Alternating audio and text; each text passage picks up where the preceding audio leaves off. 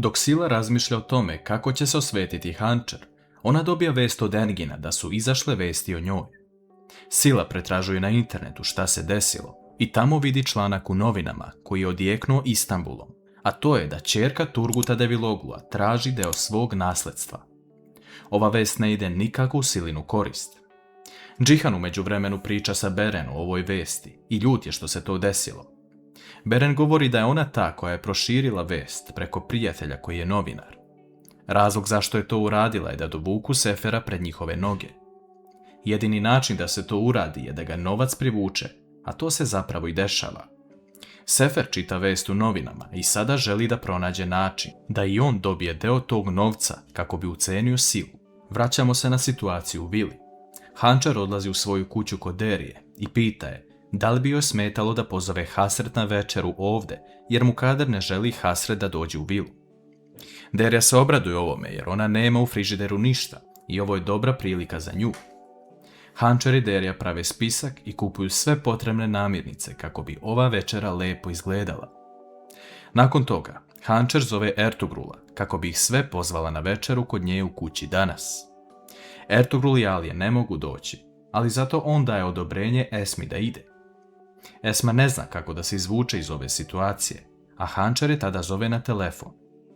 Esma pita Hančer da ostave večeru za drugi put, ali Hančer govori da su se svi složili sa tim i da će Džihan biti veoma srećan.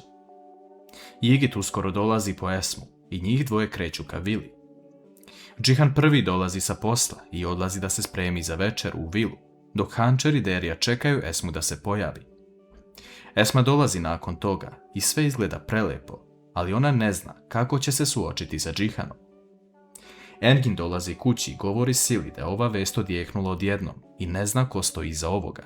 On također navodi da mu je danas Džihan rekao da bi pre zapalio tu kuću nego da je da Sili i Enginu. Sila tada smišlja jedan plan koji niko nije pomislio. Sve je spremno za večeru, a Gulsum kreće da donese spremljenu hranu u kuću. Međutim, ona vidi da Hančerina kuća gori dok su svi unutra. Gulsum počinje da viče, a Džihan izlazi napolje i kreće da spasi Hančer i svog sina iz požara. Njemu se pridružuje Baštovan kako bi ugasili veliki plamen vatre koji se stvorio. Hančer, Esma, Derija, Efehan i Emir su unutra i pokušavaju da dođu do daha. Džihan uspeva da izbavi sve iz kuće i gasi požar, ali Esma ostaje unutra malo duže. Baštovan donosi Džihanu kanister benzina koji je našao pored kuće, a Džihan sada zna ko je to uradio. On odlazi kod Engina kući, a Esma nakon toga izlazi i svi su dobro prošli. Džihan odlazi na Enginova vrata, dok Engin i Sila ručaju sa osmehom na licu. Engin odlazi da otvori i ispred sebe vidi besnog Džihana, koji pita Engina gde mu je žena koja je pokušala da zapali Hančerinu kuću. Engin govori Džihanu da se smiri, a Sila se pojavljuje, govoreći Džihanu da njoj nije u planu da to uradi za kuću koju želi za sebe. Engin govori Džihanu da se izvini Sili, a Džihan obećava da će pronaći dokaze da je Sila upetljana u ovo. Džihan zove Beren na telefon, govoreći šta se desilo, ali da nema čvrste dokaze. Beren obećava Džihanu da će pronaći način da svi odgovaraju za to što se desilo. Sefer se nalazi ispred Enginove kuće, jer je već saznao njenu lokaciju.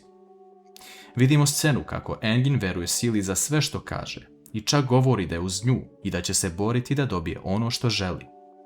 Sila tada razmišlja u glavi kako je pozvala jednog čovjeka da podmetne manji požar i da će biti dobro nagrađen za to.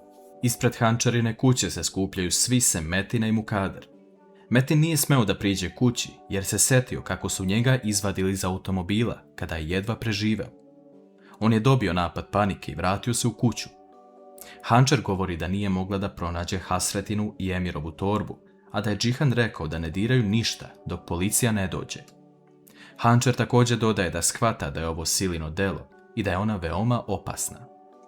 Derija pita Hančer zašto bi to Sila uradila kada ona želi ovu kuću, a Hančer govori da je Sila jako loša osoba. Esma razmišlja u svojoj glavi kako je došlo do toga da se Hančer i Sila ne vole i kako će otkriti Hančer da joj je Sila sestra.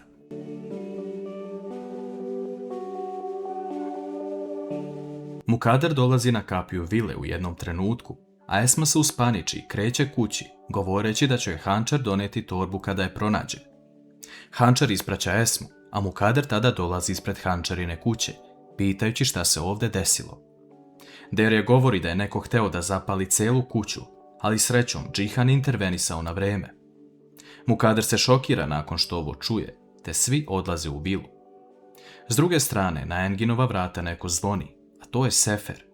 Sefer se predstavlja kao Silin rođak, a ona zna da ovdje nešto nije u redu. Sefer ulazi u kuću i gleda svaki ćošak kuće kako bi proverio gdje Sila živi i želi da sazna više o njoj. Sila pokušava da se izvuče iz ove situacije, jer zna da je Sefer jedini čovjek koji može sve upropastiti i reći istinu o njoj. U jednom trenutku neko zvoni na vrata, a to je policija koja traži Silu da da izjavu u vezi požara koji se desio. U međuvremenu, Sila pita Sefera šta želi od nje, a on govori samo novac. Engin prekida taj trenutak, govoreći da je policija došla i da Sila mora dati izjavu, a Sefer tada odlazi. U vili su svi šokirani nakon što se ovo desilo. Sinem odlazi kod Metinu u sobu, ali vidi da on nije na krevetu. Ona vidi otvorena vrata od kupatila i Metina kako sedi na pločicama. Sinem pokušava da smiri Metina, a on stavi glavu u njeno krilo, govoreći da se seća te noći. Mukader ulazi i vidi šta se dešava, te podiže Metina na noge i stavlja na krevet. Ona mu govori da je to samo prošlost i da se ne vraća više tamo, a Metin tada ustaje i hvata Mukader za kragnu, govoreći da će ona od sada da ćuti. Mukader zove nekoga da spreči Metinu u ovome, a tada dolazi Džihan koji odvaja Metina od Mukader.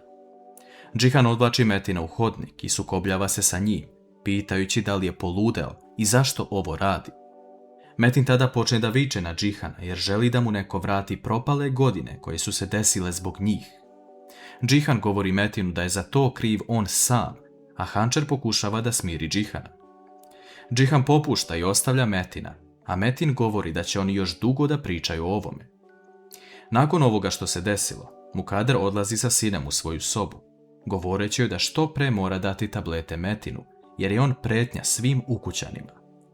Mukader navodi da se ona brine za svoje unuke i da je Metin jako opasna osoba. Sinem se može kajati za svoje postupke ako ovo ne uradi, jer ne smije roditi dete takvom čoveku. Hančer pokušava da smiri Džihana, a on govori da je mogao zbog Metina da ide u zatvor, što jeste njegov plan. Hančer ga je sprečila u tome, jer ne želi da sav njihov trud propadne zbog ovoga što se desilo danas. Engin, Sila i Beren se nalaze pred komesarom policije. Engin govori da njegova žena nije ništa uradila i da oni nemaju dokaze za to, te da je mogu pronaći kući ako nešto pronađu. Beren tada predaje jedan dosije komesaru o Silinoj prošlosti. Naime, Sila je odrasla u domu i u tom periodu su deca podmetnula požar. Sila govori da se ona samo našla u tom trenutku na tom mestu, a komesar govori da postoji mogućnost da je Sila sposobna za ovo iz njene prošlosti. Sila viče na Beren da ovo radi namjerno kako ne bi dobila deo koji joj pripada, ali Engin shvata da ovo nije dobro što se dešava. Džihan odlazi u sobu svoje majke i pita je kako je. Mukader počne da plače i govori Džihanu da ne zna šta se desilo i zašto je Metin to uradio. Jedina stvar koju zna je da je Metin opasan i da može naneti zlo i njemu i Hančer, ali i Efehanu. Šta će Džihan uraditi nakon ovoga?